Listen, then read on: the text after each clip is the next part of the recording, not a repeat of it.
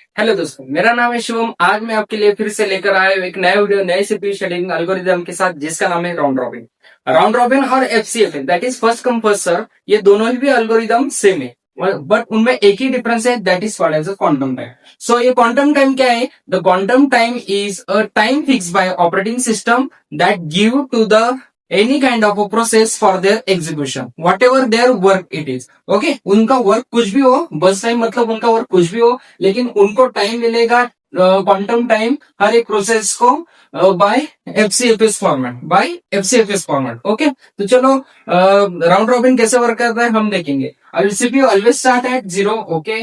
तो हमें Gantt chart निकालना पड़ेगा। सो हमने गैंट चार्ट निकाला और CPU always start at 0. So which process arrival first? That is 0. At the time 0 process arrives a P2. Okay, so the P2 is coming into the picture. But what is the quantum time? 2. What is the burst time of P2? Is again 2. So okay, we are giving a P2 or 2 unit time for the process P2. Okay, then next one.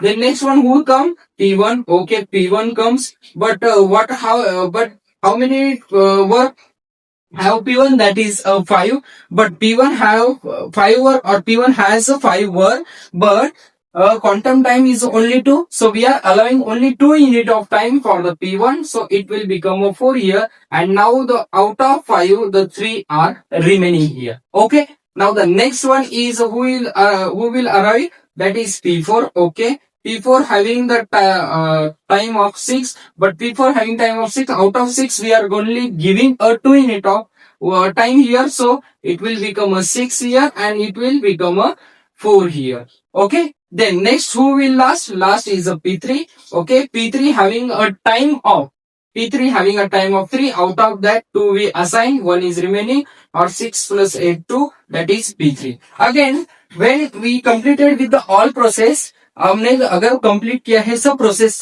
सो हमें फिर से पहले process से चालू करना चाहिए। So the पहली process थी P0, बट P0 का पूरा 2 का 2 वर्क हुआ है, यहाँ पे 0 वर्क बाकी। ओके, वो will next will the P1 के अभी भी 3 वर्क बाकी है, उसमें से हम 2 असाइन कर सकते हैं, मतलब एक यहाँ पे रह गया, और P1 को हमने 2 वर्क इतना असाइन किया, और it will become 10 here, 8 plus 2 10. Next one who will hear, process number P4 को हम असाइन करेंगे। P4 को कितना टाइम है?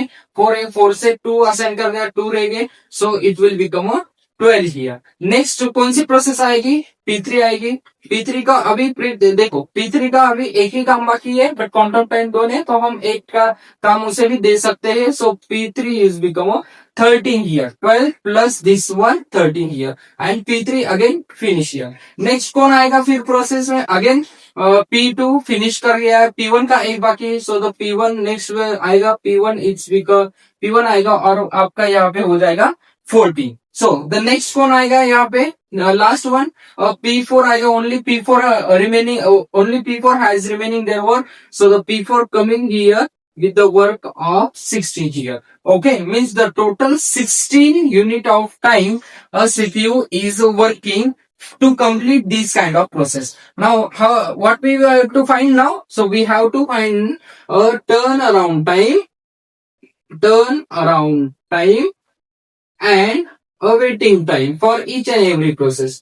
Turnaround time and waiting time for each and every process. So what is meant by turnaround time? दे कि process अगर system में आ रही है तो कितने देर तक प्रोसेस सिस्टम में रुकी है, that is called as a turnaround time. So उसमें वेटिंग टाइम भी आ जाता है और एग्जीक्यूशन भी टाइम भी आ जाता है। सेकंड वन, वेटिंग टाइम क्या होता है? So waiting time is nothing but कि अगर प्रोसेस सिस्टम में तो आई है, लेकिन उसे सीपीयू का एक्सेस कब मिला था, that is called as a waiting time. अभी टर्नअराउंड टाइम फाइंड करना है हमें P1 का। ओके, सो P1 ने सिस्टम कब छोड़ा था? एट 14, बिकॉज P1 अगर आप यहाँ पे देखेंगे कि P1 यहाँ पे भी है, यहाँ पे भी है, और यहाँ पे भी है, बट हमें लेटेस्ट वाला चेक करना है, that is P1, that is 14। The 14 minus arrival time of P1 is 1, is become 30 here. Okay, next one P2 यहाँ पे एक है और बाकी कहीं पे भी नहीं, सो तो P2 का ये वाला टाइम हम कंसिडर करेंगे 2 minus 0 is equals to 2। Okay, then next one is a P3. So P3 यहाँ पे प्रेजेंट है, यहाँ पे भी प्रेजेंट है, तो ये वाला टाइम कंसिडर करेंगे.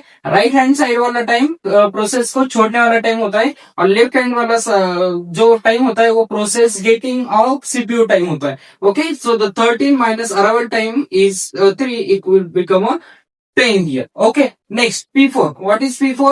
Then P4 ने सिस्टम छोड़ा कब था? At a 16. Okay, minus P4 system में आया कब था? At a 2, it become a 14 here. So अभी हमें फाइंड करना है वेटिंग टाइम. चलो वेटिंग टाइम फाइंड करेंगे P1 का. Okay, अगर आप देखेंगे P1 यहाँ पे एक है, यहाँ पे भी एक है, और यहाँ पे भी एक है. मतलब P1 को इस वक्त वेट करना पड़ रहा था, तो यहाँ पे उसे सीपीयू मिला था. अगेन इसने यहाँ पे सीपीयू छोड़ दिया था, फिर से वेट करना पड़ रहा था टिल द 8. अगेन 8 पे सीपीयू मिला था, फिर 10 तक काम किया था. फिर से P1 ने 13 को फिर से P1 को वेट करना पड़ा था अप टू 13, और 13 पे सीपीयू मिला था और 14 पे छोड़ा था. So we have to consider all this time of P1 in a waiting time only. और टर्न अराउंड टाइम में हम एक ही टाइम जो लेटेस्ट वाला है वो लेते हैं, और वेटिंग टाइम में हम सब टाइम कंसिडर करते हैं. ये बात आपको ध्यान में रखनी है. चलो P1 का फाइंड करेंगे. सो P1 को सीपीयू कब मिला था? एट 2. ओके, P1 सिस्टम में आया कब था? At 1. Okay, 2 minus 1 plus next P1 को अगेन सीपीयू यहाँ पे उसने छोड़ दिया था. अगेन सीपीयू कहा मिला था? ओके 8. ओके 8, बट P1 ने सीपीयू छोड़ा कब था? लेटेस्ट 4 पे. Okay 8 minus 4 again plus. Okay, so the P1 को अगेन यहाँ पे 10 पे सीपीयू छोड़ दिया था और 13 पे मिला था, मतलब 13 माइनस 10. ओके, 13 माइनस 10, ये पूरा कैलकुलेशन आपका वेटिंग टाइम ऑफ P1 होगा. ओके, P2 को देखेंगे. अभी P2 रहे, P2 को सीपीयू मिला था एट 2. सॉरी, P2 को सीपीयू मिला था एट 0.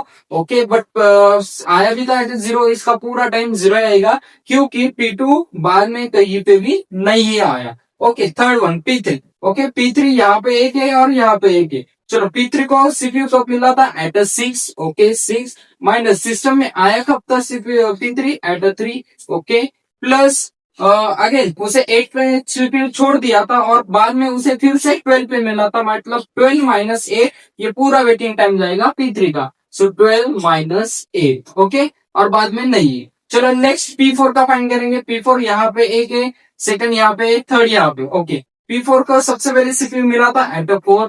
ओके, और आया कब था सिस्टम में? At 2. Okay, then plus next P4 ने 6 पे सीपीयू छोड़ दिया था, लेकिन उसे मिला कब था? फिर से 10 minus this 6. Okay, 10 minus 6 plus again CPU छोड़ा था उसने यहाँ पे,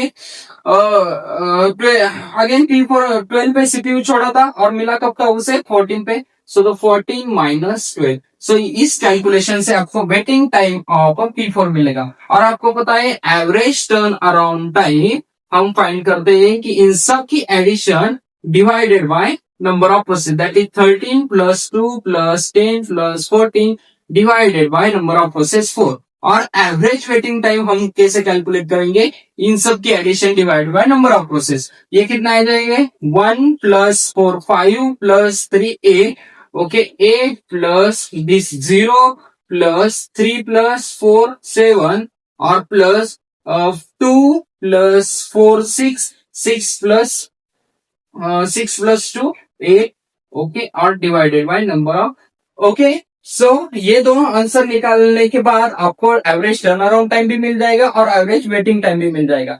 राउंड रॉबिन ये एफसीएफएस का ही वर्जन है, बस उसमें क्वांटम टाइम है. और अगर आप देखेंगे कि अगर क्वांटम टाइम आपका 2 है हर जगह, तो आपका गैप भी 2 से हर एक प्रोसेस का है. 2 4 6 8 10 12, तो इसे बोलते हैं हम राउंड रॉबिन. अगर आपको मेरा वीडियो अच्छा लगा तो लाइक करें, शेयर करें और सब्सक्राइब करें, और मिलते हैं नेक्स्ट वीडियो में. Thank you.